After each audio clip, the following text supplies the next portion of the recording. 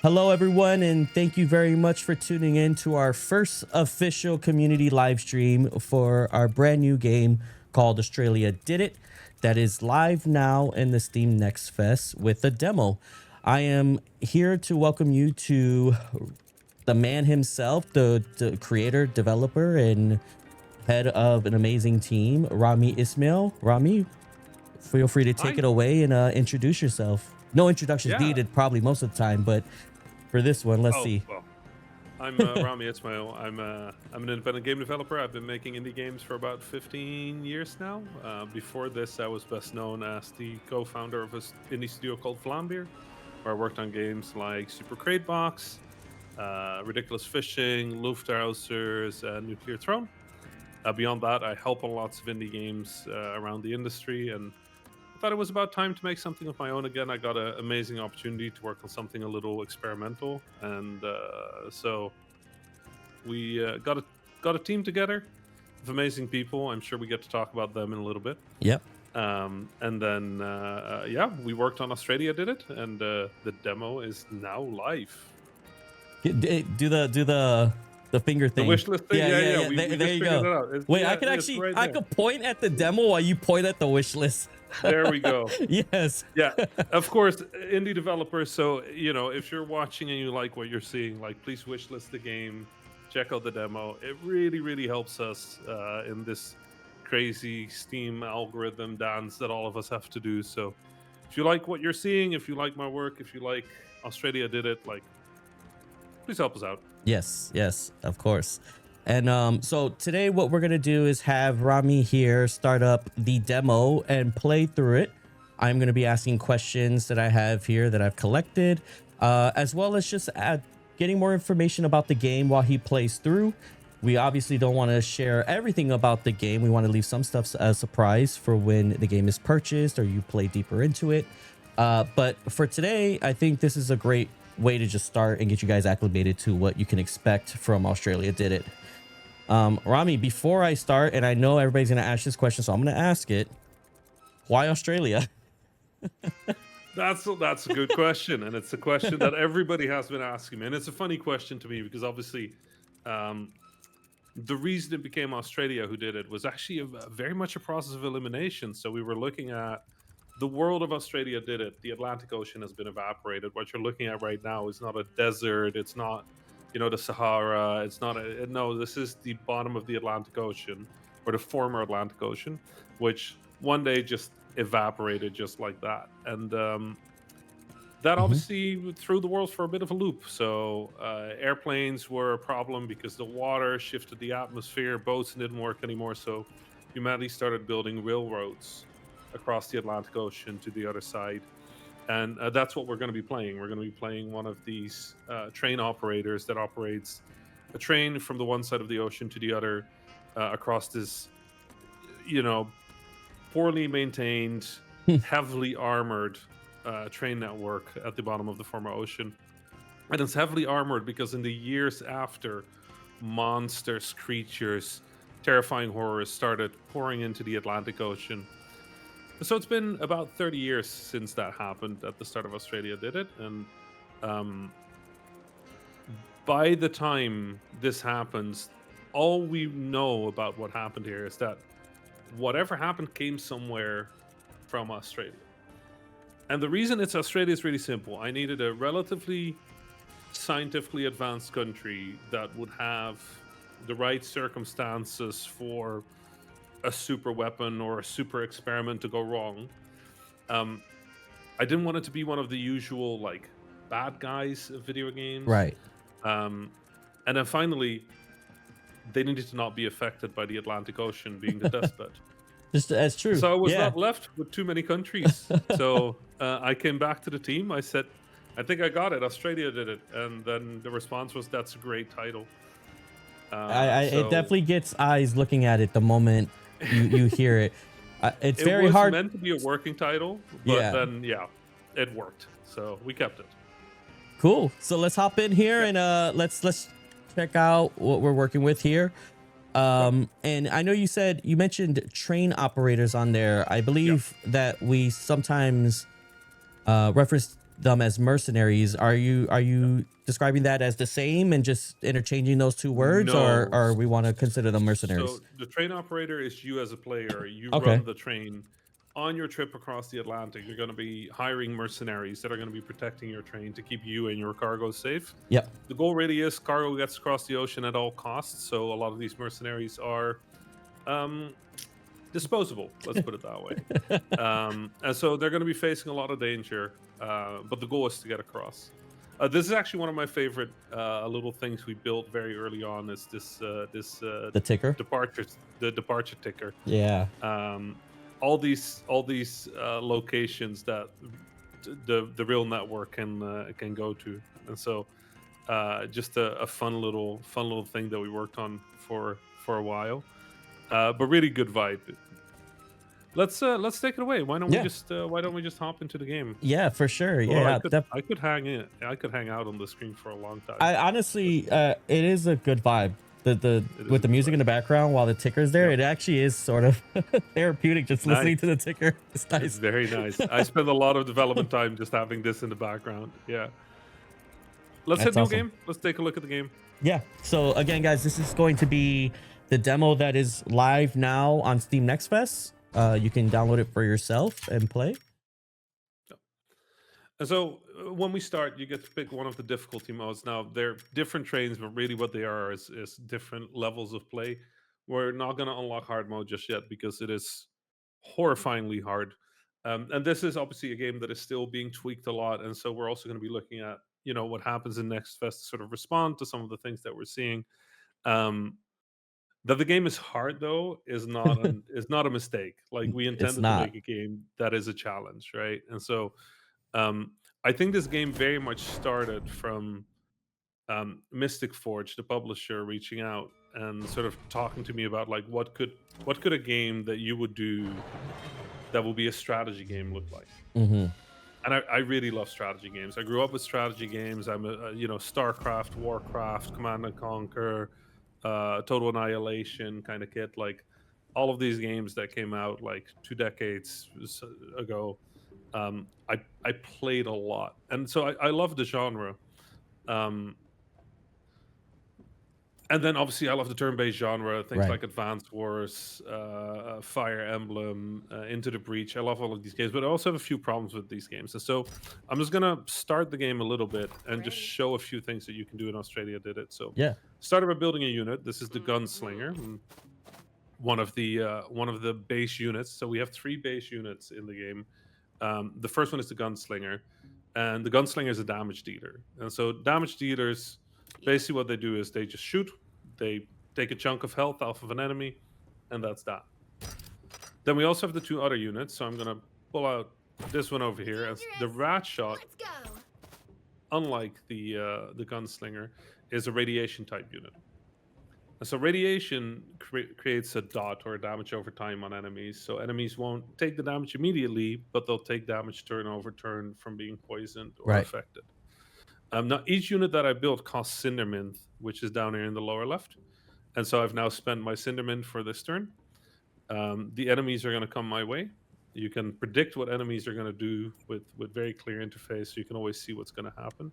We're going to end this turn. So And now the Rat Shot could shoot. just really quick, while you're working through that, how did the idea for mixing this turn-based tower defense come with the whole reverse bullet hell that's been part of the tagline? Right. So with the strategy games, I think one of the things that for me was always very fun was the outsmarting my opponent, Yeah. right? Or being outsmarted. Both of those are fun.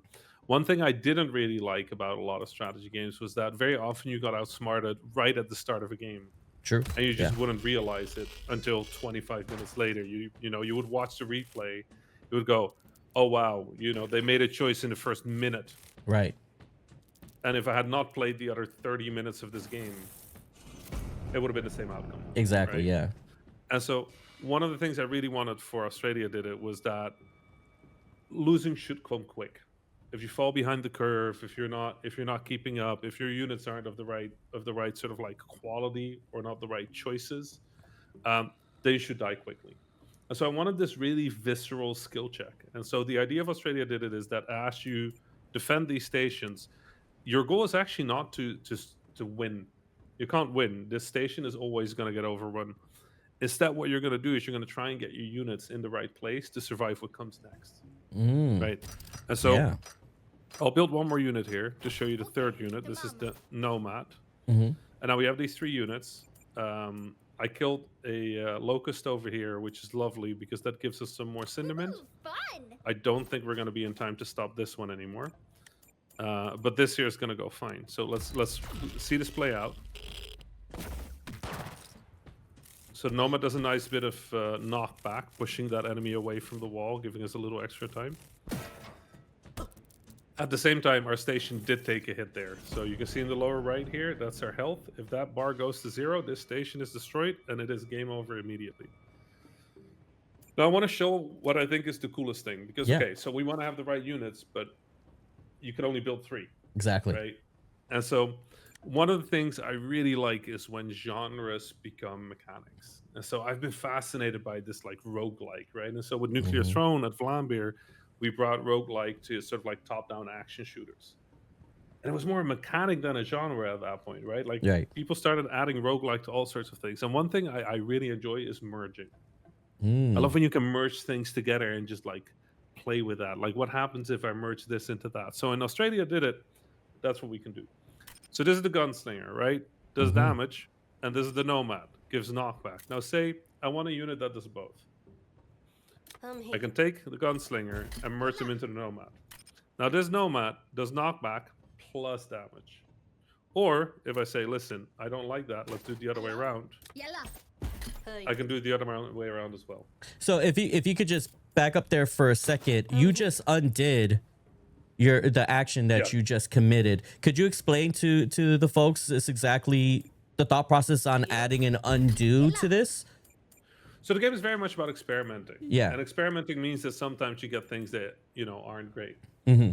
And I think for us, it was really important that the sort of merging became really playful, that it became a thing that you're excited to use. And because every merge can happen in 2 directions, Right. we wanted you to be able to undo. We wanted you to be able to, if misclick or something. Like, I don't want to make a dexterity game for this part of the game.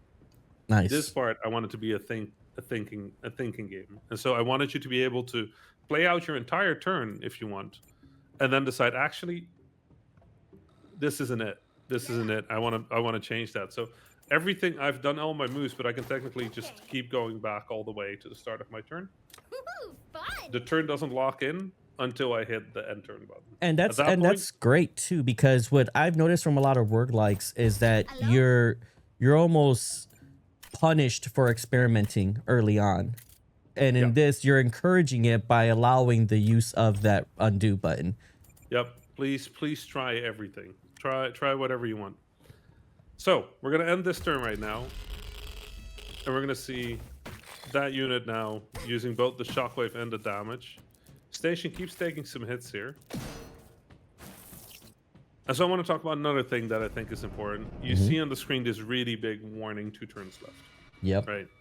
And so that 2 turns left means it's 2 turns before enemies start swarming.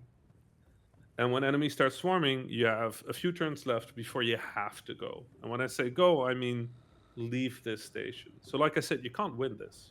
You're always going to have to leave. You're going to want to leave with the train that's here in the middle of this level. And now, before I do that, I want to get the strongest units possible. So I've been merging units together, getting units ready, building more units. And I'm doing that to be able to survive my journey from this station to the next station. Right? And so that's sort of the goal of what I'm doing here. One other thing that's cool is every station comes with a belt. And the belt is this big gray line around here. It's called the wall. And your units can only shoot from on top of the wall. So most units cannot shoot from anywhere but on this gray line here. The gray line has an additional power. If you look in the top right, I have a number of rotation points. And I can use that to rotate my units around and move them from place A to place B. So very often, Sure. if you have multiple units, all the units on the belt will rotate, giving you opportunities to really quickly relocate and deal with threats coming from different sides that way. Yeah. And So I mean and that did play out. oftentimes that utilizing the belt in strategic ways is going to oftentimes help you get out with reducing the amount of damage you would take that turn, right? Yeah. Or giving you the opportunity to get units on the train that otherwise wouldn't be able to get on the train. Right. Because leaving the station is not actually quite as simple as I made it out to be. Right? It sounded very straightforward. The reality is that leaving takes time. And so, as you could tell, we're running out of turns. Mm-hmm. So I'm gonna get through. I'm gonna try and survive this turn. Actually, will this unit die? So this unit won't die, right? 3 health. This gunslinger has 2 damage. So I'm gonna bring an extra gunslinger and merge them in. Ready. Now I have a gunslinger with 3 damage. That will kill this one Nice. automatically. So that's good. We do like that. This is gonna just push that locust back and do enough damage because we merged that gunslinger in there earlier. So this Right. is a nomad plus a damage boost. So this here is gonna die. So that's beautiful. Let's let that play out. Nice, that's gone. That's gone. And just as That's like a gone. new player tip, right? I see the health here in the bottom right for the station. It is okay sometimes to sacrifice station health for something you want to do turns later, right? You're in some terms, other games they call it ramping, for example. You're trying Yeah. to ramp to a certain type of unit, for example, if you're merging and saving Cinderman and whatnot. Because I often seen that in games like this where Here. players sometimes treat the health as if they can't get hit, and you could use it advantageously if you're strategic The about only movement. thing that can't happen is you cannot lose all your health. Nice. So as long as there's even a single point of health left by the time you leave, you're good. And now if you pay attention at the bottom here, the big button here started blinking. Yep. That's because this is the turn where the game is saying, hey, if you're not feeling super confident, hit that button.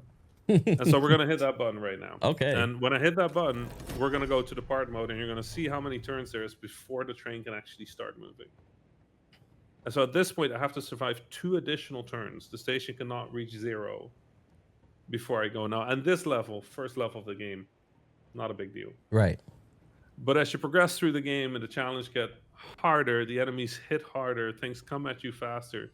Those 2 turns can take very, very long. And so one of the things you really want to do is you want to be thinking about your risk reward all the time. You want to get the best unit. You want to merge them in. You don't want to merge too many units because then you don't have enough units. Yep. Right? And so you want to keep pushing that balance, keep finding that risk reward to make it out of here and to get to the next station. So we're going to end this turn. Again, we're going to see these units just take out enemies one by one. This locust I'm not too worried about. That one, not that much either. And now we're at an interesting situation right here. Okay? This locust is not going to do much damage over here. This one does 1 damage, right? Mm-hmm. So I could take it or leave it. I have plenty of health here, so I'm not too concerned. This is going to deal with that, but this unit is about to die. She has only 1 health left. So let's get her out of here. In fact, I'm going to move her all the way back here. So to get her ready to get onto the train here. This unit is going to deal with that. But we have an interesting situation here. So these 2 locusts are coming.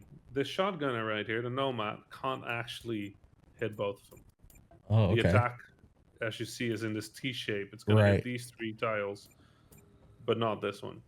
And I have a pistol here, though. I could put the pistol down here, right? But let's think about these units. This is a damage dealer.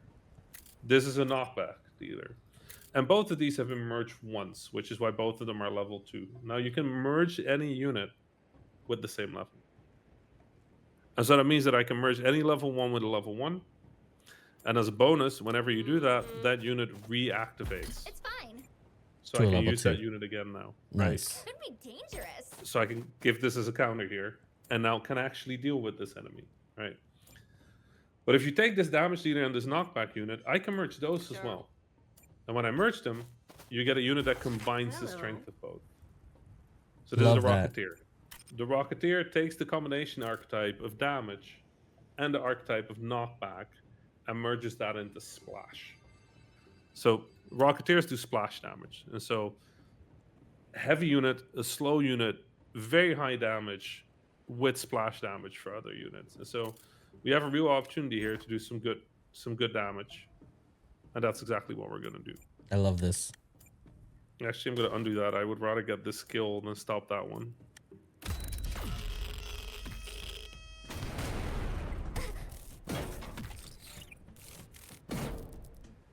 And so you can see the station damage is starting to get a little tricky here. Yeah, it's getting a little sketchy. It's getting a little sketchy. We're on our final turn. I don't think any of these enemies will still make it over. If I see a locust, no, that's not going to be worth it. So I'm going to load the Rocketeer. I think what I'll do is I'll bring a nomad, and we'll bring the rat shot, and we're just going to see what this is going to do. And so now we're done. You can see a golden enemy actually spawn here. If you stay longer, you have the opportunity to kill these more powerful enemies. Yep. For additional Cindermint, which you need to make units. So, and now we're going to travel from one station to the next one. And so this is where the reverse bullet hell part comes in. And so the idea is very simple. You are the bullet hell to some degree, right? And so enemies are going to come at you. Again, this is level 1, so it's going to start very polite to some degree. And you're going to want to defend yourself from these enemies. You can do that in multiple ways, but the main thing is at the bottom, you can see that I have my units with me, the normal units that I had in the station level. And so they're going to be here. Now, there's a few things that are good going on, which is my Nomad, the shotgunner. You can see that shockwave pushing back enemies. Yeah, that's great. All the time. You can also see the poison from the radiation character. And then you can see the rocks from the rocket launcher. Now, the rocket launcher is very powerful, but those bullets are very slow.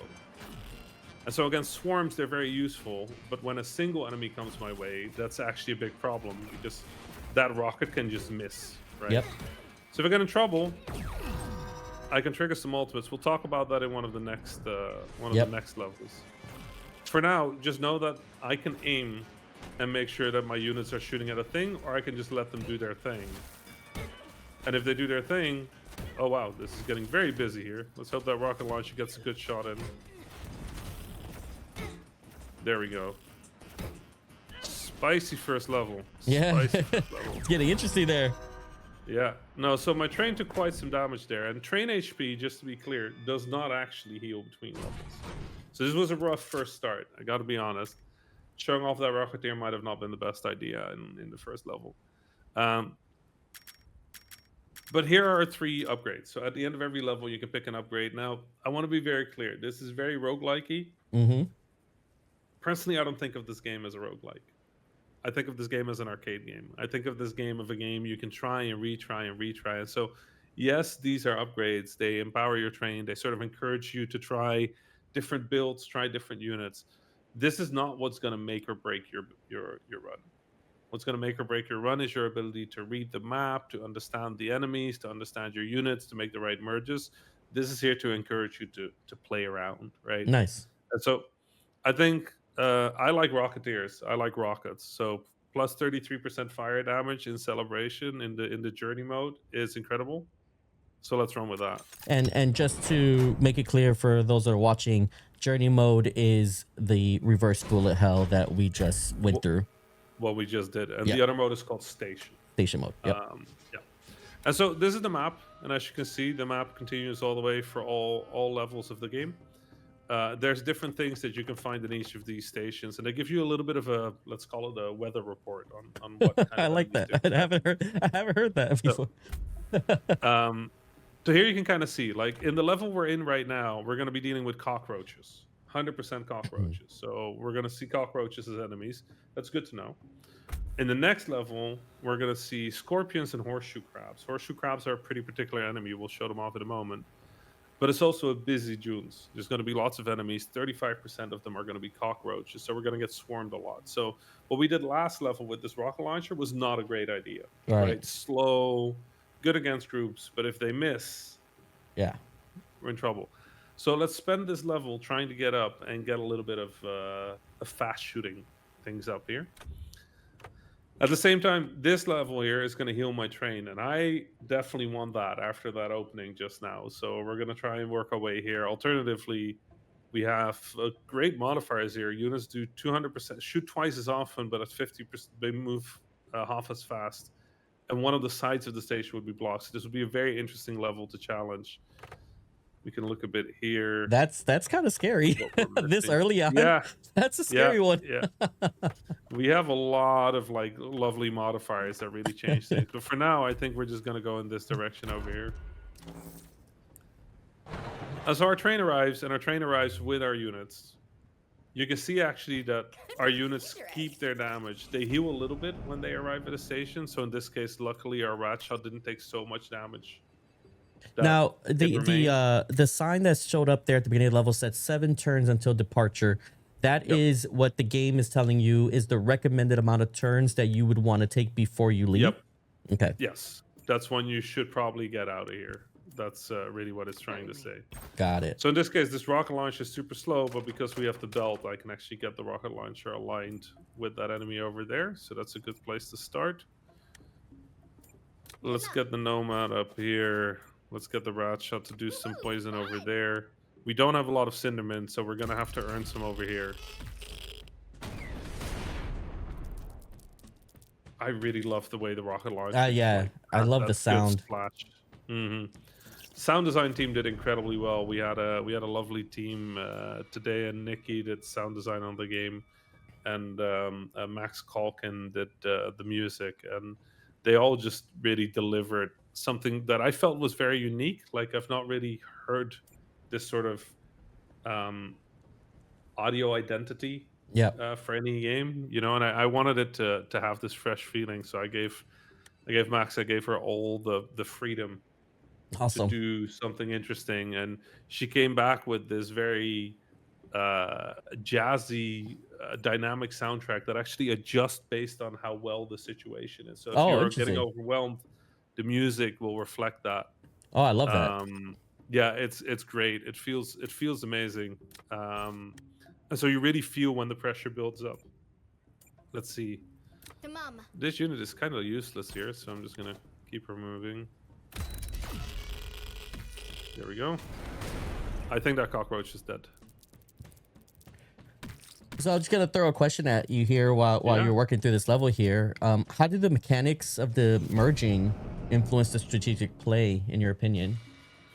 I mean, I think it's the entire game. Like the whole goal of the game is to sort of like build your units in the right way. So this level right now, right? We were talking earlier about how I'm gonna need some quick shooters, right? And so the quick shooters are mostly in the damage archetype. That's where the quick ones are. And so I'm going to be building gunslingers, and I'm going to try and build enough gunslingers that by the end of this level, I'm in a spot where I have at least a level 3 unit, hopefully, in the next 6 turns. That is from the damage archetype, because I'm just going to need it. Now, whether that's going to be purely just gunslinger merge into gunslinger merge into gunslinger merge into gunslinger, you get a very, very sort of like bullet focused character.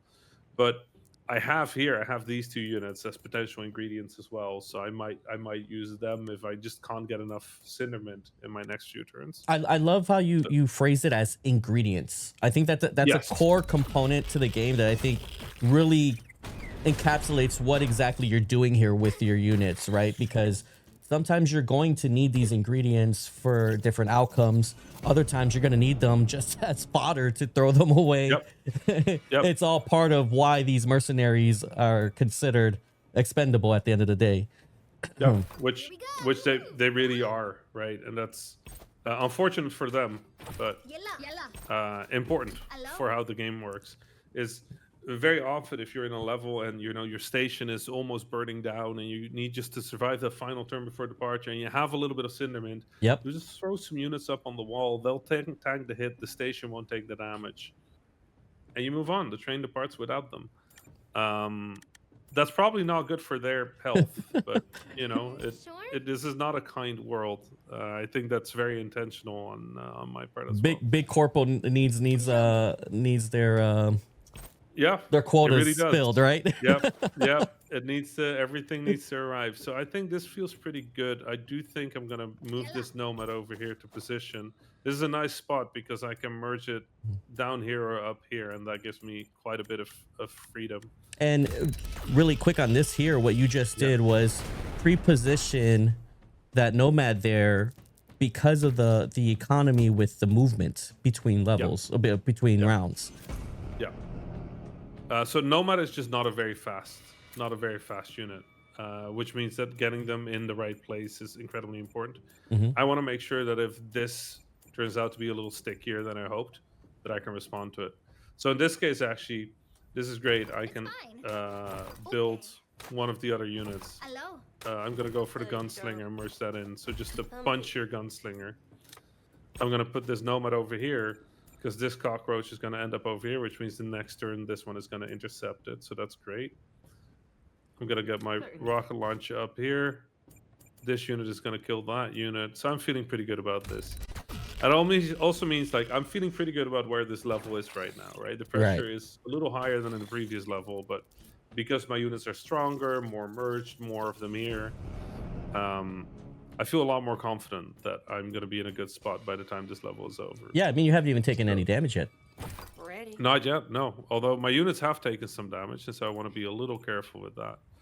So I actually have a design question from you for you that I was very curious about when I played early on. What was the defining decision to make sure that you could only summon the mercenaries on those specific spots next to the train? Right. I think a large part of the game, and this is actually something that during development we really ran into several times, is that the field is very small. Yeah. Right. And so to balance the units, to create interesting choices for you, making the units have certain speeds was really important. And we didn't have that at the start. And at the beginning, you can actually just move your unit wherever. Right. And we realized that that really took away a really powerful balancing opportunity for us. And so with the belt there, you can already move units really, really quickly. But limiting the amount of units you can build to some degree sort of focuses you to focus more on quality. Yep. Over just quantity. And that adds up with the economy, and it adds up with a lot of other mechanics in the game. But when we added the 4 building tiles, it really changed the balance in a way that we really liked, and the playtesters really seemed to understand and click with much faster than the system before, where we just sort of like you kind of just do whatever you want. Yeah. And then maybe it works. I have a funny story about that because when I first started playing this game, I can't tell you how many units I lost because I just ran out of movement to get them back on the train in time. Yeah. It's a very painful, and it still happens to me every now and then where I'm just like they'll make it, and then I look and I'm like, oh no. Yeah. They're not gonna make it. Yep. It's one of the most painful things that can happen in this game. Here, this is a fun situation, right? So this gunslinger is a level 2 gunslinger. Yeah. Powerful. Could probably deal with this cockroach in time for me to just start departing this turn, right? That'd be nice. Let's get this unit back towards the train because the rocket launcher is very slow. But this unit can't make it and deal with this one.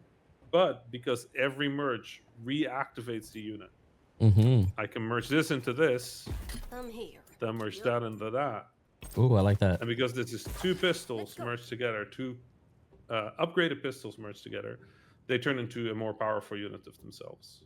And so this is the dual pistols. Does a lot more damage, but defining power of the dual pistol is that it shoots multiple times. And so this unit shoots 4 times for 2 damage. That's 8 damage total, separated between units if possible. So if this unit dies, the remaining bullets just go past it, right? Oh, okay. So incredibly powerful unit, a little slower than the pistol unit. On my way. But should be more than enough to deal with this threat. And it's exactly the unit I hoped we would have when we were leaving this level. Yeah. To deal with what we're going to get next. So I love the design of this unit. Push my luck a little bit. Let's see. How much cinder do you have? I have 2, so I could use the bonus cinder mint, honestly. Yeah, I mean, you guys look pretty healthy too. We look pretty good. Let's let it go. Let's see what happens.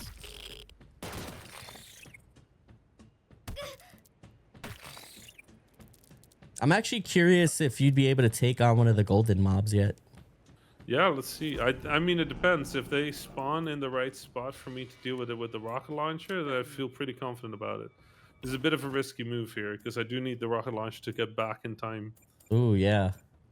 But I think for now, we good. Yeah, let's see. Let's move this over here. That should take care of that. This should take care of that. This is not going to do anything yet. Let's see. Nice. We like that. All right, there's some gold. Oh, look, beautiful. There Right you in go. front. Right in front. That's way too strong, though. So this is a very strong one. I had hoped for a locust or Yeah, something, that's something a scary. little less health, but that is a lot. These also do quite a bit more damage in general. So I don't think. Let's see, how much health? 8 health. The dual pistol could do it, but the dual pistol doesn't have the range. So here's a fun conundrum, right? Yeah. If I had a little bit more units, I might have done this. And what I would Okay. do is I would say we do this. Ooh, I like that. So now we have a rocket launcher that's going to shoot twice, right? With splash on both of those shots. That's a nice merge. Oh man. That's a nice merge. But it's going to leave me in the next level without that fast shooting unit. I really Yeah, need. in Journey really it's gonna want be that. rough. It's going to be rough. Now, my favorite thing about this, though, is imagine what happens if you merge the other way around. I'm also not going to do that. But now I get an auto pistols with splash damage. So it's going to shoot and do splash. I like that. Right. And so every permutation sort of has its own, every combination can be its own thing. You can actually go and check in the compendium here and check all the units that you have unlocked. We have quite a few. Then we have all the enemies. We have artifacts.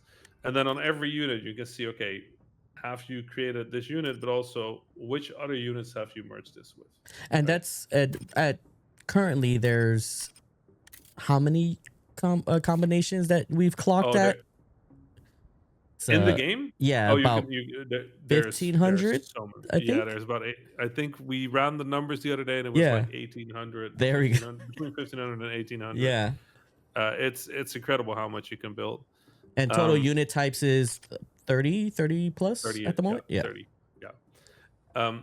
And then you can also review how to make each unit. So the auto pistols we just built, that's created by combining 2 gunslingers. They can also see which you've combined this with. So I just did that Rocketeer merge. And so I've seen that one. And so you can also complete these units. When you complete the unit for the completionists, they'll turn gold. Oh, I love that. Same thing with enemies. When you start killing those golden enemies, you can actually complete the golden enemies as well. So if you really want to be a completionist for the game, you can. We got you. We got you. First person to complete that compendium, please send a screenshot to us. Yeah, absolutely. Cool. I have a lot of cash, so I think I'm going to spend some of that. What should I get? It's not. You know what? Here's what I'm going to do. Okay. Hello. So I made 2 nomads, merged those together. Actually, I'm not even going to do that. Here's what I'm going to do. This is more interesting. I'm going to go and take a gunslinger. I'm going to take that gunslinger. I'm going to merge it into the nomad. Now that makes a nomad with a damage boost, right? Right. Now I'm going to take this nomad with a damage boost and merge it into this nomad. Now 2 level 2 nomads will turn into a more powerful unit, right? Because level 3 units are different units. Now this shotgunner notably has that damage buff. And so when you merge, the order in which you merge also decides what kind of unit you're going to get, right? And so I could have made, if I didn't do this, I could have gone back and I could have said, okay, what if I do that, but I do it with poison? And now I've got a shotgunner with poison, right? Nice. And so all of these units act in completely different ways, and this goes all the way to the most powerful units in the game. It's fine. Today, though, I need damage, so... Yep. Damage We're gonna take that and with us. something to cover lots of waves. Yep. So feeling pretty good. The shotgunner shoots a lot of bullets, so that's feeling pretty good.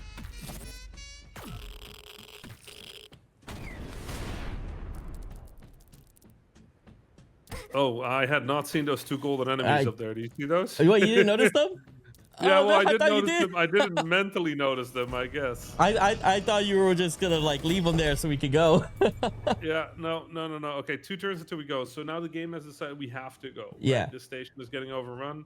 It's no longer an option. It's time. Go. Gotta try and see if I can get that unit killed before we go. I'm not too worried about this. We have a lot of health on the station. I am worried about these two over here. I don't think there's much I need to do this turn. So That knockback is so good. Oh, love yeah. it.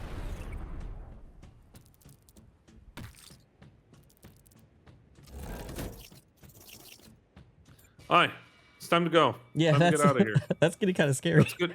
That's good. That's good enough. I feel pretty good about this. Let's get this rocket launcher ready to get out of here. The dual pistol is fairly fast, so we don't need that one gone. I'm just going to use the dual pistol to take care of this cockroach before we have to go. The shotgunner also has good range, so I'm just going to leave that here. Make sure we take another shot on that. I'm going to tank that hit. I don't think that's worth worrying about. So I noticed that the shotgunner did not knock back there. Can you explain a little bit on why that was for that round? Yes. So these enemies from the previous hit from the knockback, shotgunners apply stun. Mm-hmm. So stun locks that unit in place. After the unit has been stunned, you'll notice that they have a gray stun effect above them. Yep. That means you can't stun them again this turn. Got it. And so you can't just like stun lock a unit with a shotgun, because that was obviously something that we did do during development, and then went, this might be a little overpowered. A little too strong. A little too strong. This is the final turn, so if we kill this turn, it's great. This unit here is worth 5 Cindermint, right? But it's also worth a gold unit. So what I'm going to do is I'm going to get this shotgunner back in the train. I'm going to get this rocket launcher back in the train. Going to bring the dual pistol. Actually, I'm not going to do that immediately. I'm going to cancel this move real quick. I'm going to turn the belt and get that unit in the middle. Now we can talk about why I did that as this goes. I do want to kill this golden enemy though. So sorry to this brave mercenary who sing them a song as we go. Sacrificed their life for good economy and completionism. And there we go. Time to go. Nice. So I love it. I love how you're maximizing the Cindermint. We gotta have Cindermint. We need to be able to respond to things as they happen, you know? And so, we're heading out. And now I can tell you a little bit about the mechanics because there's a few more units. So, in the first wagon here, you see that I have 2 units. I have the shotgun and the rat shot. Now, normally, only the top unit in each wagon will fire. And so, right now, it's that dual pistol. But when I use this overrule with the aiming, they will actually both fire. Everything will fire. Everything that I have in the train. And so it's a very powerful tool that you have to sort of like choose which unit is currently dealing with a threat. Right now, I want that dual pistol to be firing all the time. Yep. That's handling those waves nicely. Yep. But this is a big wave, and this is hurting a lot. There we go. Oh, lots of scorpions here. And you can see the health of the train getting dangerously low there. That's scary. Very scary, even to me. I made this thing. I think we're gonna make it. Oh, it's so close. But this is really what you get very early on in this game. If you build the wrong unit, the game pretty much punishes you immediately. Oh. Am I gonna make it? Are you? Am I gonna make you're it? so close. Do you have enough for a power up? I don't have more. This is really it. Oh, very nice. Love that. Oh man. I have feelings about that. I wonder how much health we had left. Actually, I think you actually only had 1 bar left. Yeah, I don't think it's looking very good here. Which means this next level. Yeah, you only have 1. Healed. But I have zero play. I have 0 room here. So but you have to heal before you go. Yeah. Oh, man. So this is rough. We need to heal. This is an important part of what we're going to be doing. We need to heal. Now, there is a way of healing in this game, obviously. We had 8 HP out of 300 left. Wow. I really should not have built that rocket launch in that first level. But let's try and see what we can do with this, okay? Yeah. We have 21 Cindermint, so that's not completely useless here. We can do a little bit of a response, and that's what we're going to try and do. All right. So to do that, the unit I'm going to want to build, and let me see if we have this unlocked in the compendium, actually. We don't. Great. Well, we're going to have to build it anyway. What we're going to do is we're going to Hello. Ready. grab these units. Here we go. Show me. This, if those of you are watching right now, this is what the kids call locked in. Let's go. Right. Yeah, I have to. Have to. Yes. So this here is a telepath. Telepath is a cool unit because the telepath is a healer. And so as the telepath hits enemies, it's going to absorb damage and give that back to the units around her. Or can in you case it's trained, before you actually do the round, can you undo for a second and just explain what that combo was to them? Because that was so fast. I even missed it. Okay. So what I did is I took two of these rat shots, and those are units that affect. Right, they poison enemies, and then I took two of these nomads, which knock back. And so one is more of control, right? It's about controlling the field, and the other one is more about putting an effect on things. And so you merge those two together, you get a unit that does both. It affects the map while it tries to create control. In this case, that's going to be a telepath. Love it. And so I can make a telepath with extra knockback, or I could do it the other way around, make a telepath with extra radiation, or I could even use damage if I want, right? Like I can create any combination I want. In this case, I just need a telepath. I don't care too much about the additional thing. Because if we don't make it, if it doesn't start healing fast enough, this is it. We're done. Nice. Okay. Right? So we gotta make this work. No options. Now I don't know if we're gonna make it, but that's kind of the fun here. And just to reiterate, the telepath heals while doing, or heals as they do damage. Yep.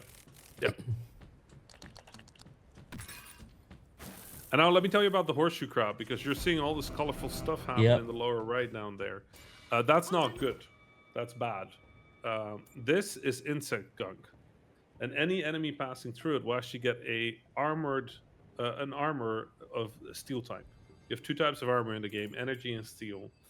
And your units can have ways of bypassing those shields. So this here is the telepath. You might notice that their health bar looks a little different than the health bar of the other units. All their health bars are gray, but the telepath has a blue one. So the blue one is the blue armor type. And you'll notice on the horseshoe crab at the bottom here, this one, that if I hover over the telepath, that there'll be a big red X through that shield type. And so that means that that unit will bypass that shield entirely. You don't have to count that value anymore. In this case, both of them are empty, so we don't have to worry at all. But as energy types become more common, this is going to be one of your main strategies in the game of staying alive, is making sure you have a response to any type of buff that enemies might have. The horseshoe crab, really annoyingly, will create this gunk every time they're hit. So you want to make sure that you kill them quickly and that you're not like using weak units to kill them. So this here will kill it for half, which means all of them will get gunk. This locust has 1 health. It is not a threat. But if these start dropping gunk and the locust moves through that, it can really quickly become one of the more dangerous units on the field. Luckily, its damage won't go up. So it will only just hit for 1. So I might just get out of the way and let it hit the station, you know? That's not deal with it too much. Good, let's see. I don't have Cindermin, so I'm going to try and earn some right now.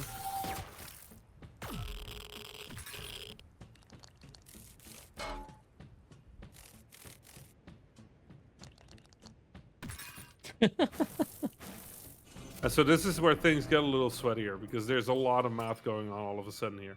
This unit does damage for 2, so this telepath is going to survive with 1 health. This is fine. I don't see any problems here. Let's get this telepath over there a little bit. Shotgunner up here, so we can get a little bit of knockback on this horseshoe crab. That's not going to die. This might do some damage. So interesting here, right? This locust, 4 steel, 1 health. This rocket launcher, 4 damage. The problem is that's not going to be enough, because that 4 damage is just going to take off the shield. But there's a benefit to actually dealing with the shield. When you deal with the shield, that enemy is going to explode. They'll survive, but anything around them gets damaged. So breaking a shield could actually be a very powerful strategy if you want to deal with that. Mm. Now, not dealing with the shield and just bypassing it by having the right unit will always be a faster kill. So if you're just here for quick money, that's always your bet. But if you ever get stuck and it's a bit of a puzzly turn, Right. that's really a way you could approach it. Okay. Yeah, I like that. Let me take a look at this. This looks pretty good. That's going to take a little bit of damage, but I think it should be fine. I do want to get that kill. That is 4 Cindermint. I do want that Cindermint. I'm going to need that Cindermint because we need to defend this train for the next level. Nothing can come through Yep. while the telepath is healing us. So And the I'm pretty telepath. nervous, I gotta say, about the next round. And how does the telepath heal work? Is it a 1-to-1 for the damage that they do? Yeah, up Okay. to the amount of absorb that they have. So this character has 2 absorb. I can empower a telepath by merging another telepath in, Mm-hmm. because then that value goes up, right? Does it double? So I can make a better healer. I think it doubles actually for Okay. telepath. Yeah, but these are usually merging has it strengthens the unit, but it doesn't necessarily always double. So I don't want to create that expectation. Yeah. Yeah. It empowers, right? Now, if I would merge units through and get them to level 5, they get even sillier because they change unit type again Right. to Yeah. one of the 30 unit types we have in this game. Which are my favorite. Level 5s are by far the most fun. Oh, level 5s are where the game gets really, really yeah, silly. it gets crazy. Yep. Shall we try and get to a level 4 here? Let's get to a level 4. Let's get a little closer. I'm here. Hey. Ready. You sure? Ooh, or we keep the Stormcaster. The wave clear. I like the idea of having the wave clear. Yeah, I think that's actually a much better idea. Here's what we're going to do. I can't get this unit involved right now, but what I can do, No worries. and this is where the belt gets really fun, right? Mm-hmm. I can align this. Actually, if I move this one, Quayla's green. if I move this here and now rotate the belt, I can actually get this rocket launcher here aligned, which is beautiful. We like that. 7 shield on this thing, though. Someone's at the porch doorbell. We can actually align this, which is going to be good. We're gonna want that because this is a lot of shield on this enemy, right? Yeah. Let's see if we can get the damage in. The shotgunner is already going to do the damage that they need to do. Here's a lone scorpion. I'm not too worried about that. Can we get this unit a little closer so that they can deal with these guys later? This looks pretty good. Okay. I like that, yeah. Push that in.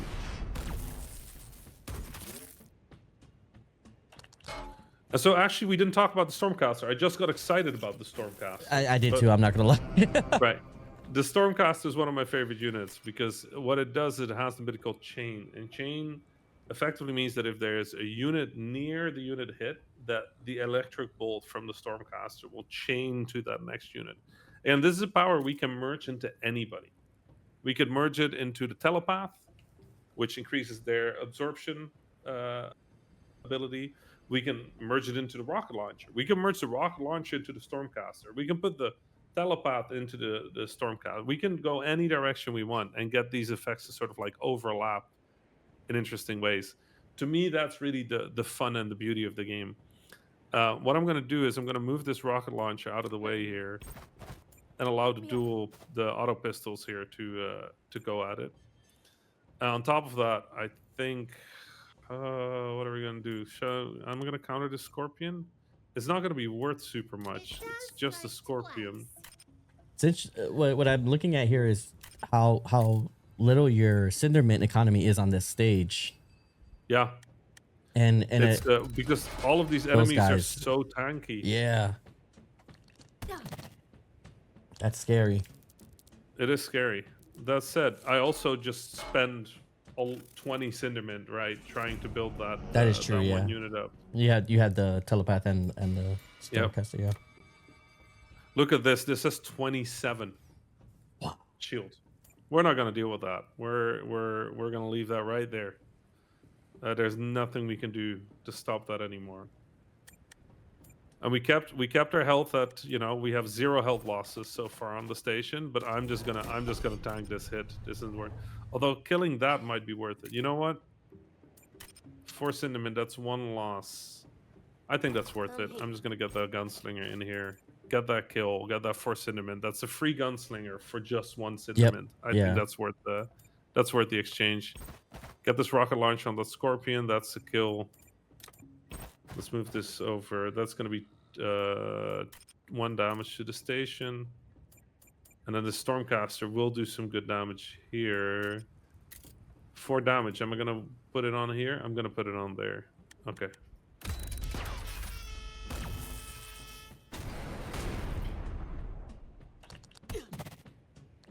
$35 shield. Whew. That's ridiculous. A big boy. That hurts my feelings. Yeah, we're just going to let this hit the station. We're leaving the station in a turn anyway. Moving. I do need to make sure that this rocket launcher can make it back home.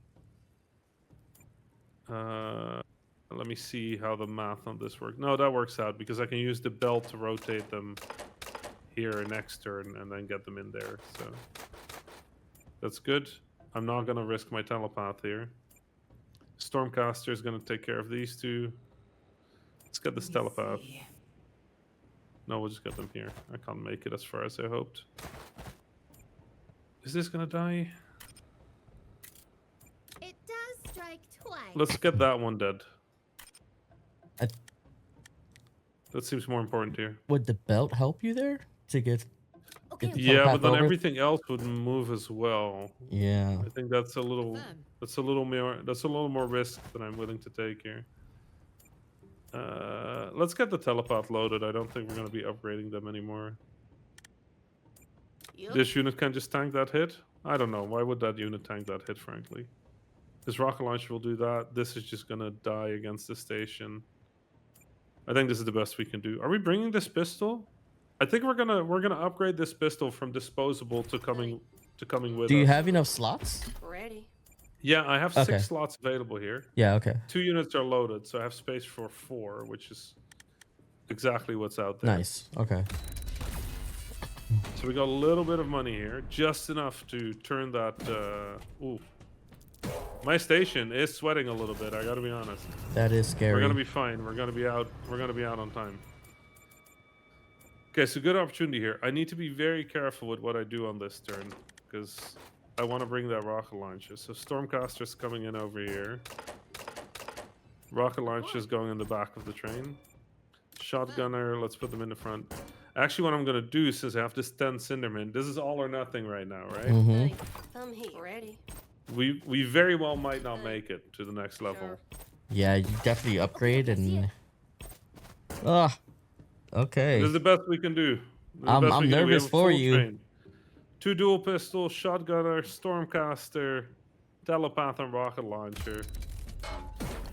We have 8 health. If anything hits us, we're done. I should not have gotten that rocket launcher. Probably be a 1. good time to talk about the specials on the journey. Ultimates. Yeah, the ultimates. Yeah. Well, we're either going to be able to show them or Yeah, not at all, yeah. because I'm going to get wrecked in the first 5 seconds. So let's see what happens here. But yes, so in the bottom left, every time you get a kill, this meter in the bottom left is going to be charging. Oh my god, I want that rocket launch out of here. Telepath is needed. Telepath is needed.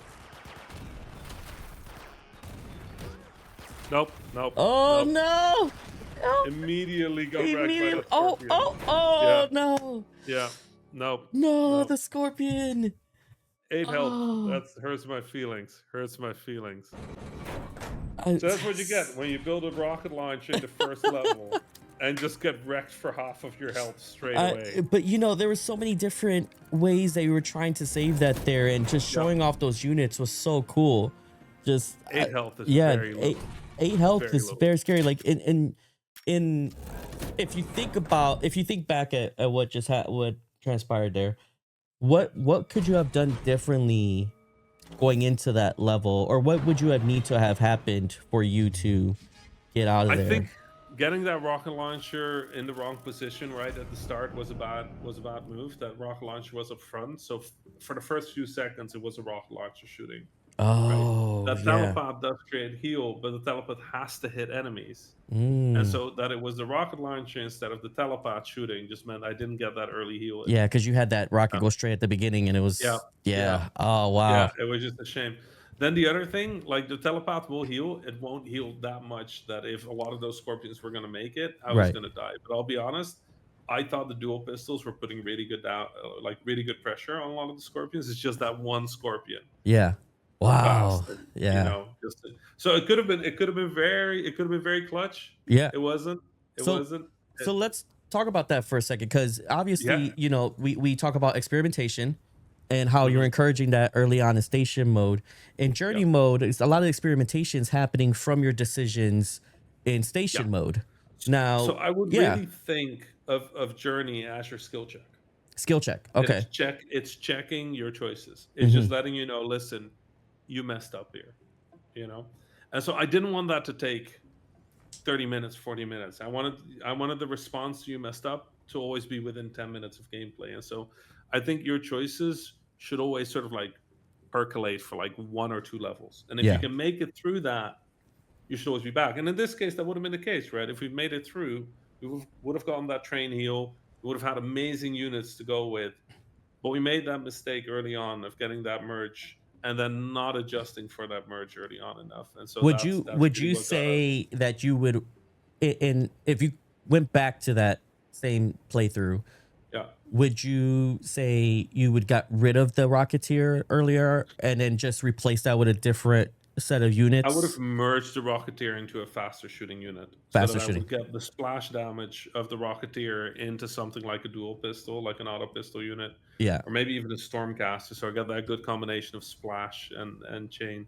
I think that really would have changed a lot. I think But I love just the dialogue here, because this is to show you guys here that are watching this is there's so many ways that you can actually approach each of these levels, and the way that Rami's playing isn't going to be the same way that I would probably approach that level, and just that dialogue, just figuring out how he would approach that situation, I think is what makes the permutations of the merge mechanic in this game so great.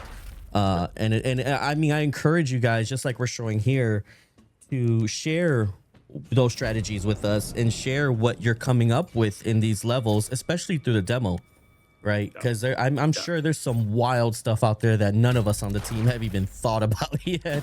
Right, for sure. And there's some combinations that everybody kind of finds early on, like mixing a rocket launch with a Stormcaster Yep. just makes for ridiculous damage, which is just so fun.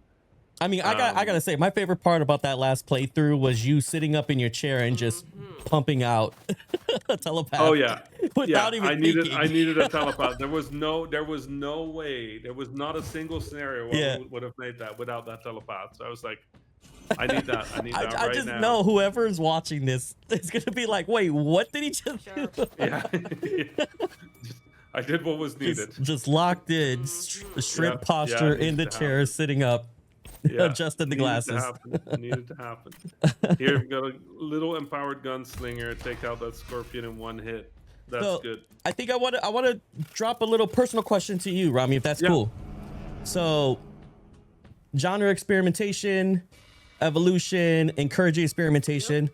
How does this project reflect your personal Okay. design evolution as a designer? Let's go. That's a very cool question. I think when I was done with my work at Vlambeer, I really enjoyed my time at Vlambeer. It was a great studio. We got to make amazing games. I also think that to a degree, by the end of it, I felt like I want to try something new, Mm, right? And so as I was sort of like looking at what I was doing with my time, I was helping a lot of indie studios make games, and I've worked on dozens of indie games over the past few years. mhm. Um, and that's been really fun, but they haven't really been my games. Right.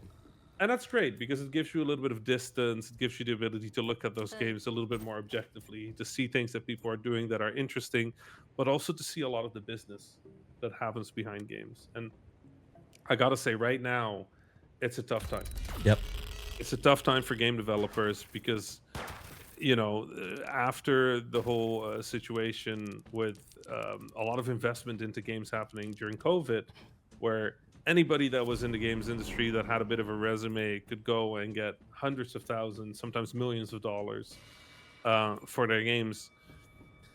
a lot of those people were not actually set up to make interesting or good games, Right. right? They were just copying things that were successful because it was a quick way to get the money. And so a lot of those investments actually just didn't work out. Mm-hmm. Actually, let's not make the same mistake we did last time. Let's get that dual pistol. Yeah, Let's get that dual pistol in the here quickly. gunslinger quick. Yep. Yeah. Let's get that up here because I think Sure. I'm very much a bullet player in this game. I know a lot of people on the team and a lot of people at Esthetician Labs, which was sort of one of the main development studio on the game. Right. They play very differently for me. I'm very aggressive, very very shooty. But Sam, Noah, and Aiden, What? they're a little bit more of the like affecting Yep. units. Do you which is play really cool Magic? to watch. Yeah. What's your favorite card type? I'm blue. I'm a Blue? player. You're blue but which is aggressive not here? not how I play here at all. Not how I play here at all. Yeah. No, I think in my video games, I like explosions. Okay, I don't know what yeah, to tell no, you. I just like that's when things fair. go boom. Yeah, for sure. So in Magic, I like it when by the end of the game, I'm the only one who's still enjoying the game, which is why I play a blue. Yeah, you just like can't. You just blue gets strong enough, and you're like, well, I guess Yeah. I'm not gonna play today. Yeah, we're good. We're good. There's no point in playing an extra turn. Yeah. Yeah.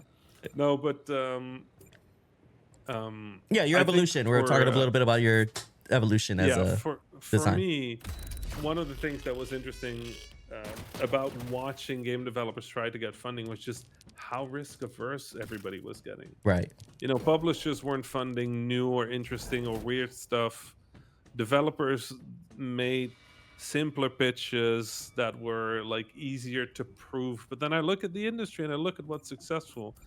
And like nothing that was successful in the last few years was something you could market research. Yep. Right? We have like a French RPG, a poker roguelike, a game about like blueprints in a house. Like we have so many different games, like Megabonk, Peak, all these games. None of them feel like you could like look at the charts and go like, "Oh, this is going to be big." Right. Right? Yep. All of it was a team that believed in something cool and just built that. And so a year and a half ago or something, the team over at Mystic Forge, which is the publisher of the game, reached Right. out to me and said, "What if you made a strategy game?" And I very honestly told them, "I'm like, I think you're talking to the wrong guy." Right, that like I'm known for a bunch of things in the games industry, but strategy games is not it, right? And they said something that immediately got me into the project, which is no, that's why we want it, right? They said we want to see if we get somebody who isn't doing strategy games all the time and that has this history of like Flambeer, of screen shake, of explosions, of stuff happening. What kind of strategy game would you make? Right.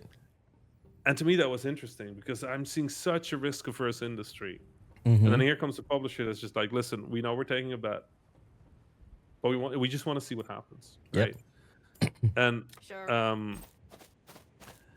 and I noodled around a bit, and the first version of this game was actually a spreadsheet. Like straight up was a spreadsheet. It was a Google Docs spreadsheet, and I just sat with a friend and I said, okay, here's the rules, and I'm just going to tell you what each of these tiles mean. And they played for like 30 minutes. Wow. We sat there for 30 minutes and we're like, okay, so what if I mix these two? And I'm like, because I had to make up stuff. There were no units yet. I'm like, all right, I guess that just now has more bullets. That's great. And so we sat there and we sort of like went back and forth, and then immediately it was clear that this is just so interesting. That's awesome. But then as I started sort of developing it, I also really quickly had this realization that if that came with that idea that the game can go forever Mm-hmm. without you getting skill checked, then your decisions in the first turn are still going to be haunting you an hour, 2 hours later. Yeah. And I didn't like that because that's what I hated in all strategy games. So Point me I up. think for me, a large part of this was I wanted to make sure that I got the best of both. So you get this merge gameplay, but then you also get a little bit of this, like, okay, you get punished immediately, Yep. right? Let's see if I get punished immediately for my choices here. And what you just mentioned a lot of early playtesting and iteration Yep. to get it where it's at. Did any of that influence the design, or was it a very structured path to that and it was sort of tweaking here and there?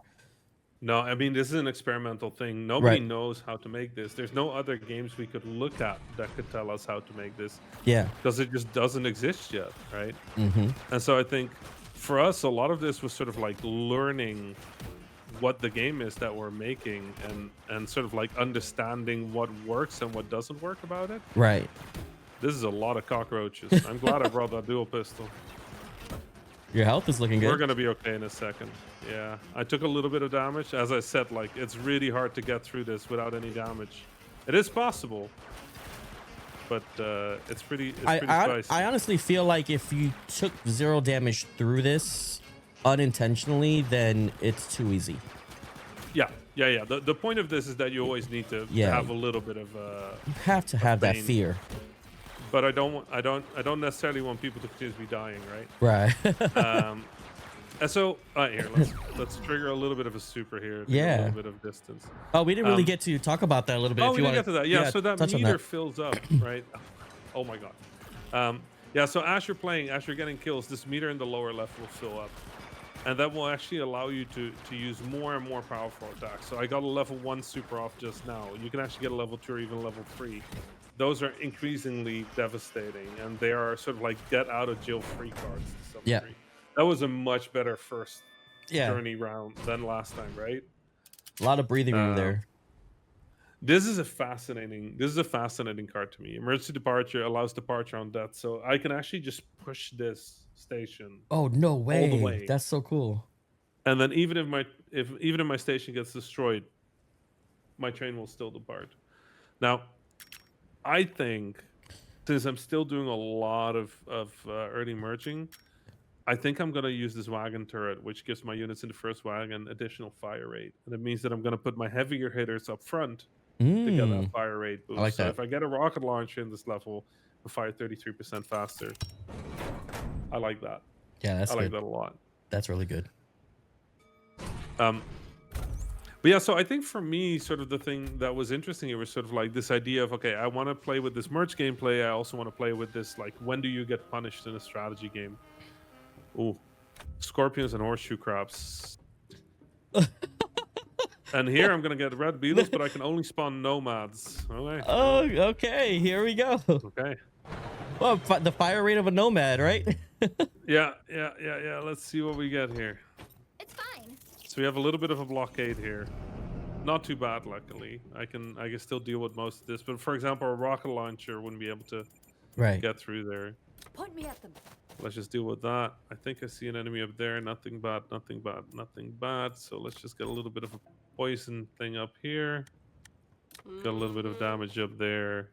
Beautiful. So this question I'm about to ask you is probably a little hard for you to probably answer. I don't know. Maybe you know exactly the answer for this. It's typically when I ask developers this, they're kind of not sure sometimes. But my question to you would be, what type of players do you think will find Australia Did It interesting?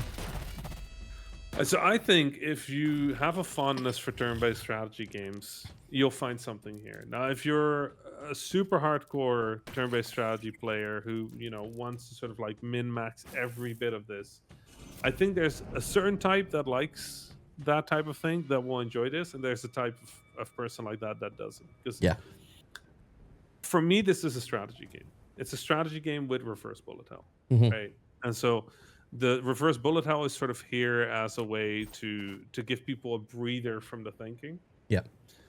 and to skill check, right? Like we discussed earlier. It's fine. So if you're very into if you're just into reverse bullet hell and you don't really like thinking about your games, you more like to sort of like just flow. Mm-hmm. This isn't that. Mm. What this is, though, I think, because we really try to encourage this sense of exploration and curiosity, I think this game can be super. Like I find it really chill. Yeah. It's a fairly chill game. And yes, if you're not thinking, you will die. But you'll probably have made 2 or 3 new units. You've tried some new combinations. You've learned a new thing. And then it doesn't feel too bad to start over and just see, okay, like, listen, that kind of worked. And this kind of didn't, To I'm me, gonna I think like Yeah, go To ahead. me, the tower defense just speaks to me. Yeah. Where this is it very seems like it's leaning into that genre a lot, where the tower defense is there. But the funny thing about tower defense is that it's usually static, right? Yeah. And with this, that's fine. The Discord just went doo doo. Yeah. I Yeah. was like, oh, what? But yeah, sorry to reiterate. The tower defense usually when you're placing structures to hold down, preventing Yeah. whatever from my being way. destroyed, it's static. And here you have the options of moving these things, and the wall and the belt, belt and then just adds also a every dynamic. this many turns, you're just going to a completely new level. Exactly. Yeah. Like I like to think of it. This is something that we discussed early on in the design. It's kind of tower defense where you get to take your favorite towers with you. You don't get to take all of them with you, Yep. but you get to pick your favorite few towers, and you get to say, okay, you're coming with me to the next level. I don't know what the next level is precisely. I don't know what I'm going to be dealing with, but my gut feeling is you're going to be the right answer, right? That actually is a good what- point. I had never thought about it that way. That's a good way to think about it.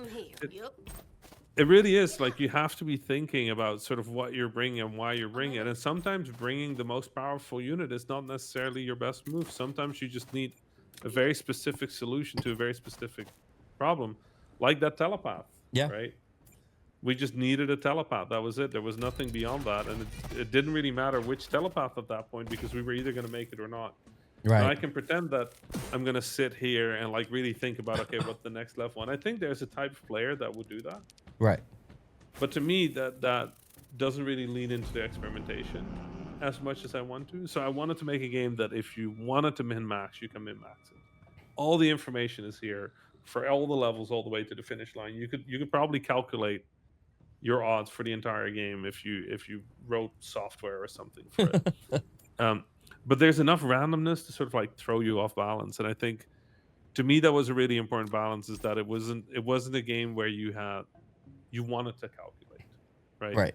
I wanted it to be a game where you went, okay, you know what? Let me just deal with this, Mm-hmm. and if I get past that, let's figure out what I do with that situation. Here's a fun enemy, by the way. I don't think you've seen this one before. This is a red beetle. Now remember the horseshoe crab? Yep. The horseshoe crab, every time you hit it, things get worse. So you want to kill it quick, right? High damage. Red beetle is almost the opposite. So the red beetle has two traits. So here we have host. On death, it spawns additional enemies. But then more importantly, it has health to hurt. And so the damage it deals is equal to its HP. This has 10 HP. If this enemy reaches the station before I leave, Yeah, that's it's going scary. to take 10 of these chunks off. That's a lot. That is very Not a lot scary. of station health will survive, right? So it's a pretty scary enemy. Now I can push it back with the nomad. I don't think I'm going to be able to do enough damage before we depart to actually kill it. Is it worth 5 cinnamon? So if I could, it would be nice. You know what? Let's see if we can get. See it. Well, we're just gonna try. We're just gonna try. Why not? Right? What's the worst that could happen? Ready, sir. I guess the worst that could happen is we die. For now, let's put this one here so they can give a little bit of pushback. Bye. End this turn. We need that money. We need that cinnamon.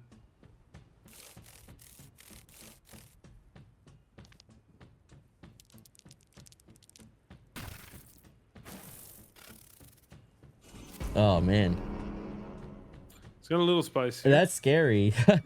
Yeah, That red beetle is coming up quick. a little spicier. Now this auto pistol with knockback is going to take that out of the danger zone immediately, so I'm not too worried about that anymore.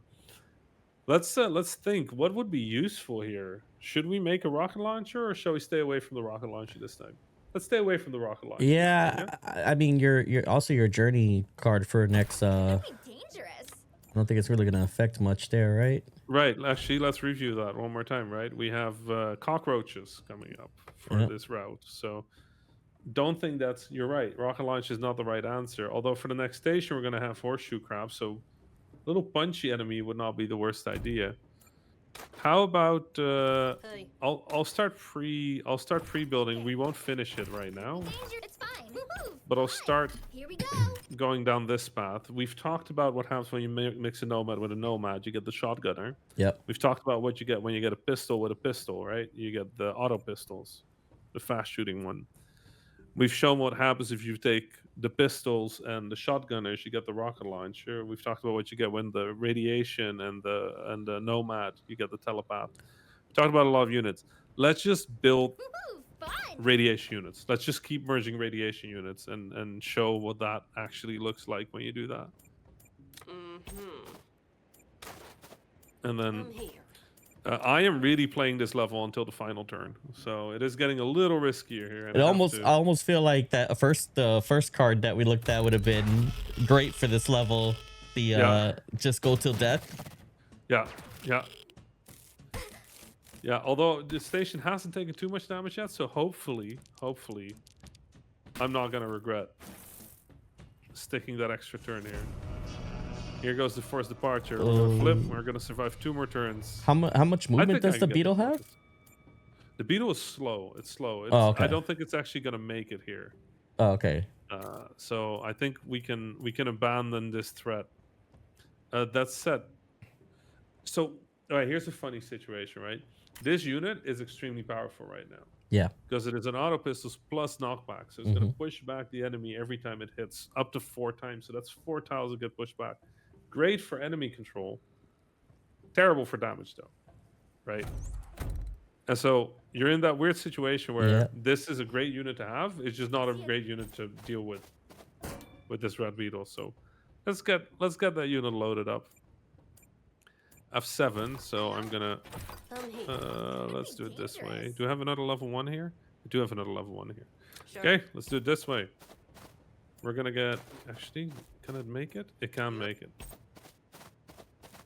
It's fine. There we go. Let's get that merge. Sure. There we go. So this is the Hasmeyer. Hasmeyer, low damage, severe radiation, but then also weaken. And weaken actually reduces the amount of health an enemy can do, amount of damage an enemy can do to you. So it's very useful against enemies like The beetle. this one over here, that red beetle, because just the amount of damage it can deal goes down every time it gets hit. 2 turns. I don't think, you know what? I'm just gonna keep this here just as Precaution. insurance policy for now. Yeah, this is gonna do 2 damage. I wish it did 3 damage, but we merged it with knockback. I don't have enough. This one plus rat. So this scorpion is gonna die. That's good. We're gonna get that extra cindermint. I'm gonna leave this as is.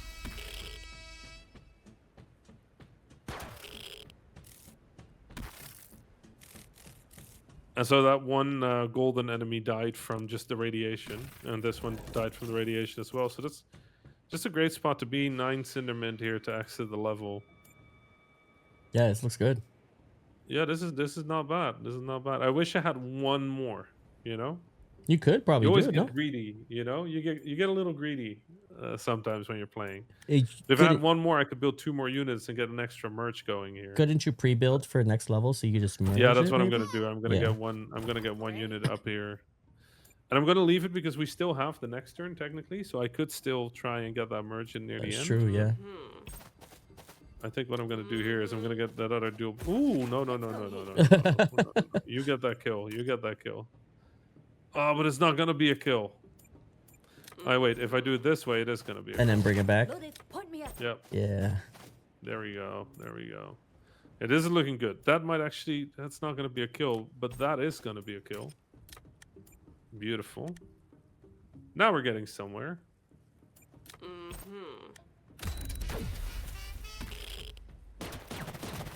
There we go. Beautiful. I love that. Yeah, that was nice. That was nice. Kills in. That red beetle, if it had an extra turn, it Yeah, would've been a I was about to say, like, is that gonna be an issue? Come on. It's getting a little sweaty there. But no, we're gonna make it out here. See, this is fun. Like without the belt, this would have been a problem. But luckily, we do have belt. We can charge that. I'm not, because I don't really know what's gonna come up next.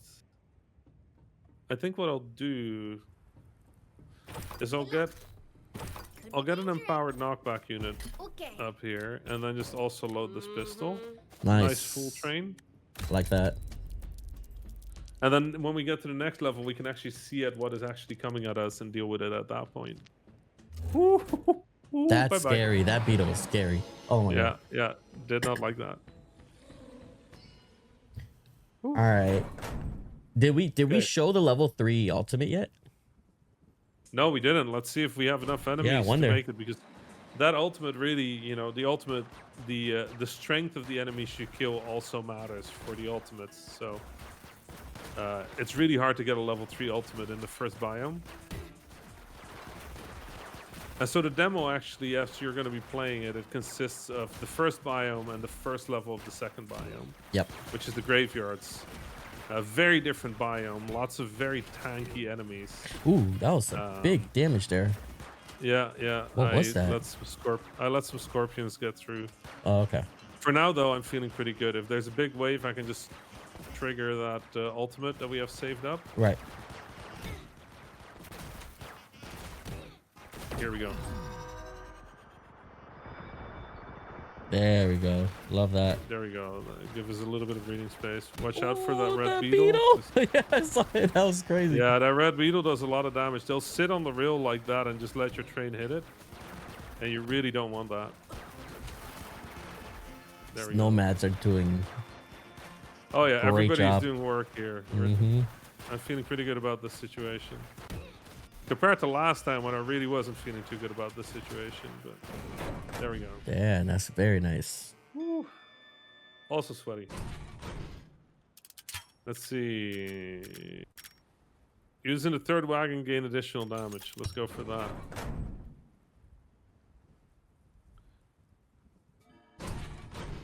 Okay. All right, where are we going next? Let's take a look. I want to see a challenge here. I More. Yeah, I want to see. I want to see you pull out all the stops here. Well, let's go over here then. I didn't even get to see what was the situation looking like on that one. Oh yeah, sorry. No, I didn't even read it. So we're gonna have a lot of cockroaches on this route. So Okay. it's just swarms. But it also means we're gonna build up that ultimate nicely. For the next level, it's gonna get a little spicier because we can only spawn nomads at this point. So that's for the next level, not for this one. Here we have over half train health, which is a good place to be, I think. And with these horseshoe crabs, like we discussed on the last run, really the goal is to just get a lot of damage on them real quick, right? We're pretty much set up for that. We have our dual pistol over here. But I was thinking we can make that a little spicier. All right, so here's a bet, right? Here's a bet for you. Yeah. If I merge my units through to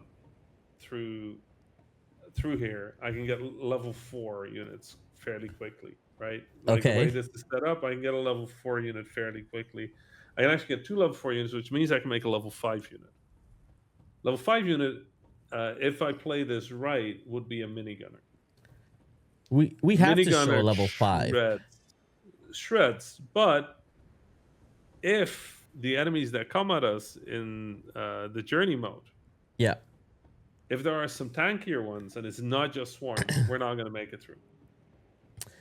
I think we should show the minigunner.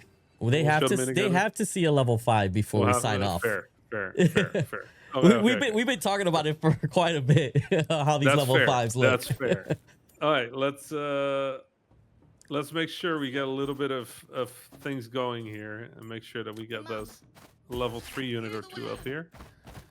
We have enough units to make it happen. So I'm going to be playing this entire level with one goal, and the goal is fairly simple.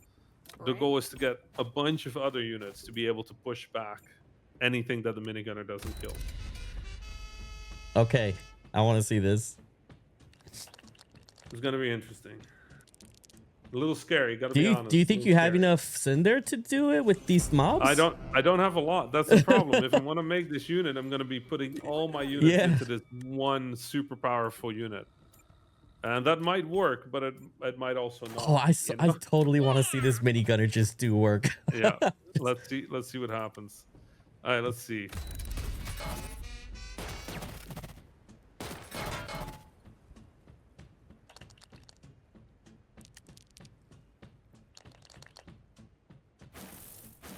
I love and hate the sound of those horseshoe crabs. It's great and it's awful. Let's see. Yeah. So one issue we're having over here is that the shotgunner hits this thing, which creates It's gonna insect add dung, more. which then adds shields to it. So we're actually giving it shield by shooting it, which is a bit of a rough combo here.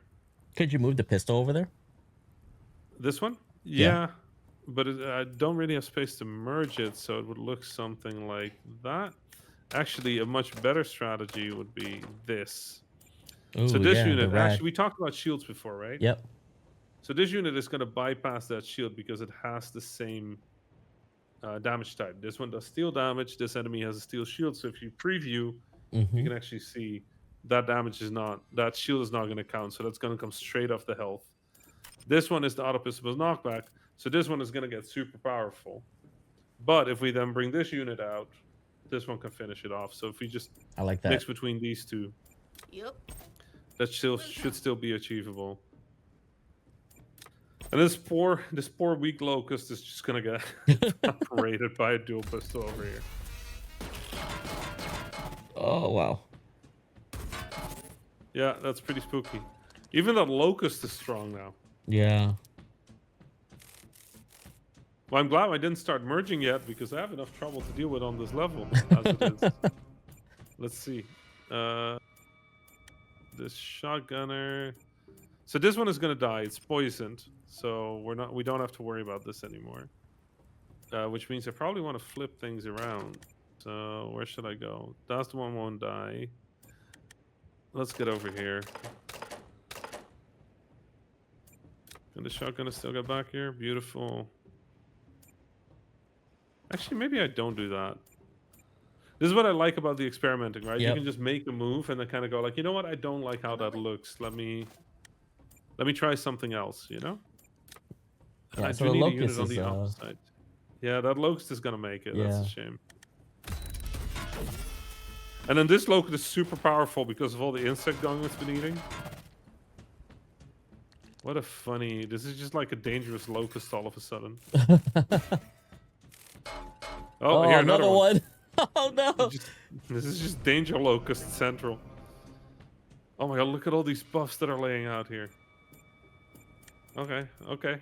Well, Hey, sure. we mostly have what we need to make that merge happen, but I don't think I'm going to stay all the way on this level. I think we're going to get Yeah, out of here. why don't we just make the Pretty minigunner and leave? Yeah. I'm starting to feel that might be the right decision here. Or shall I push it one more turn? I don't. Let's Can you push it make one more enough turn, cinder? One more turn. Well, I would have enough cinder after this turn. A lot of things are hopefully going to die That's this steel. turn. Oh my god. Yeah. Yeah, I think this bet paid off. This paid off. Okay. All right. Scary. It is. All right, so fun thing, right? That's steel that only appears on this unit. But like everything in the game, you can merge that. So if I merge it in here, I'm actually going to get a dual pistol with that damage type. Very powerful. On You my can do it the other way around as well, kind of fry. right? Nice. And so there's real opportunity there to get these traits that you need, like passed down through the ingredients of the units that you have. So lots of opportunities to make what you need. If I survive this one more turn, just to be clear, I'm gonna have enough Cindermin to make this merge and still keep a bunch of powerful units. Ooh, risk reward. But if I start merging now, It's risk reward. this locust is gonna, yeah, it is risk reward. Okay, you know what? I mean, I'm always down to risk it To- for the biscuits. Yeah. But Yeah, I think that's what we're gonna be doing here. okay. The important thing, though, is that in the merges, we need to make sure that dual pistol is the type that comes out because we want to merge a dual pistol with a dual pistol. Mhm. So I can actually, maybe I can set this up already. Yeah, I can set this up already. Okay. There we go. And again, this is an auto pistol with damage from the pistol that got merged into it like 3 levels ago. With the weekend. And then the weaken from the Yeah. Hasmeyer that we just merged in. So this is quite a combination here. Now, if you merge these two together, we'll end up with the minigunner. For now, I have enough to Ready? Sure. just get another weak unit on the... Actually, you know what? We need something that is going to push stuff away from the train. That's what we're going to need. Yeah, that's a good call. I think I would feel a little less scared knowing that there was, besides the minigunner, there was something pushing back stuff from the train.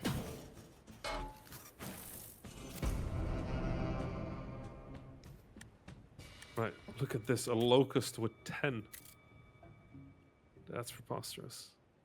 Hey, minigunner it is, right? Oh, look at that. That's Yeah. our minigunner. So the minigunner is weird. At the start, it's not very powerful. This one is going to do, as you see, it's going to do 2 times 2 damage. That's actually less than a unit it was before. Mm-hmm. But for every turn it's shooting without you walking it, so you can use the belt, but you can't walk the unit, it's going to double the amount of bullets it shoots. So the next turn is going to be just as powerful as each individual dual pistols. On the turn after, it's going to be as powerful as the both of them together. On the turn after, it's going to just destroy whatever is coming its way. That carries into station. So that same method works in station. Sorry, but not then in station. real time. Journey. Does it that In Journey, that yes, damage sorry. will carry over to Journey? So Yeah. basically, that same method of creating the damage is going to work in Journey. Yeah. So you're going to get, as long as the minigunner has valid targets, Continues to stronger. scale and Yep. scale and scale. Love that. Exactly the way you would expect the minigunner to work, right? Like Yes. That was very much the fantasy of the minigunner. You can also see this is a level 5 unit. This was hard to get. It has the health Mm-hmm. to prove it, right?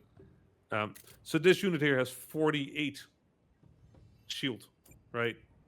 Which is just a staggering amount of shield for an enemy. So actually, the better move here is to just let it be. That's what I was thinking. And just let it, hit Just the let it go. station. Yeah.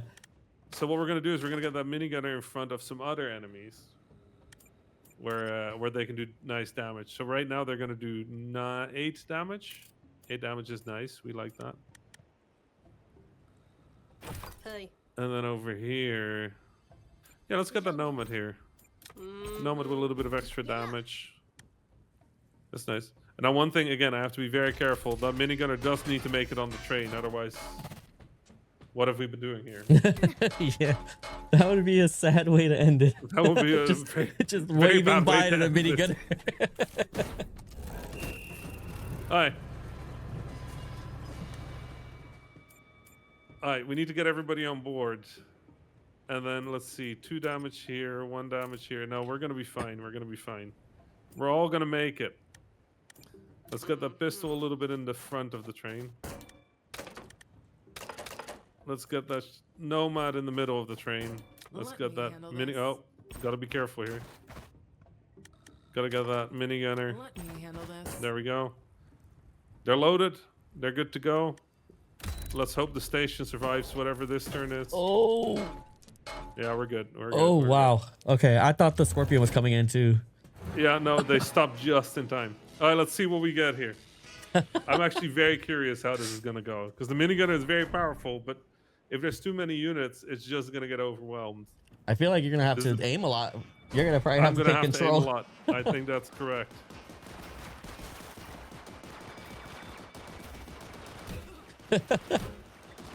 Oh, no. And you can see that minigunner getting to work now. Yep. Oh, horseshoe crops. Do not like that. Oh, it is going. Let's go. Yeah. As long as it has things to shoot, we'll be fine. But if that ever stops, it has to speed back up, and then we're in trouble. Look at it go. Oh, yeah.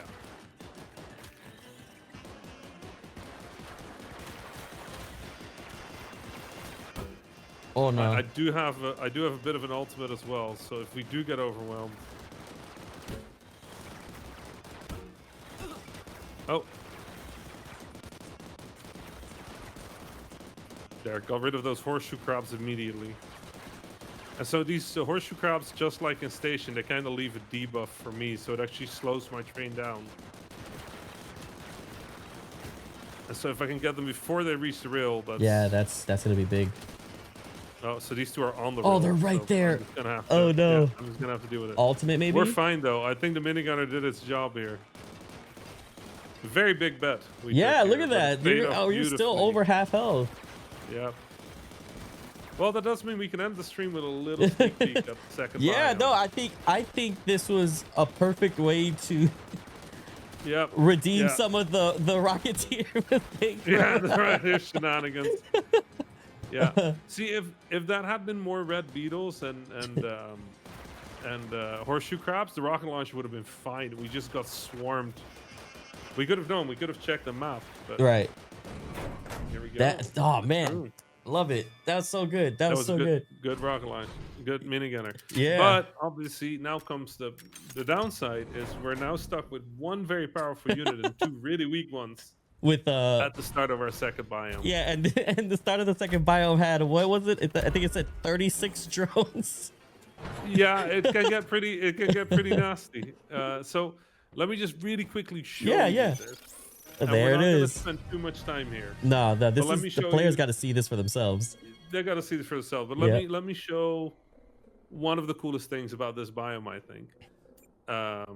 Let's get this minigunner just on the belt before we do anything else, because I want to get them where the action is, which is definitely over here. I'm out of belt points, so. Sure. And then let's get this nomad over here.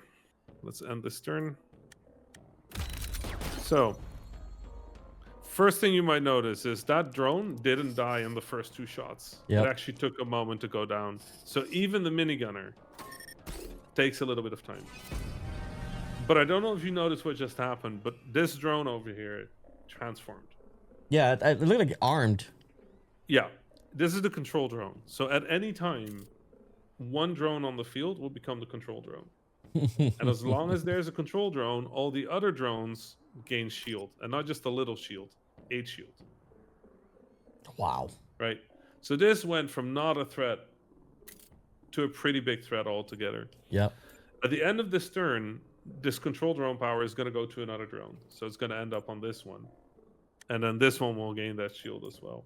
So as the amount of drone goes up, you're going to have to deal with that and make sure that you respond to the different threats, which is why that minigunner is a dangerous choice we just made.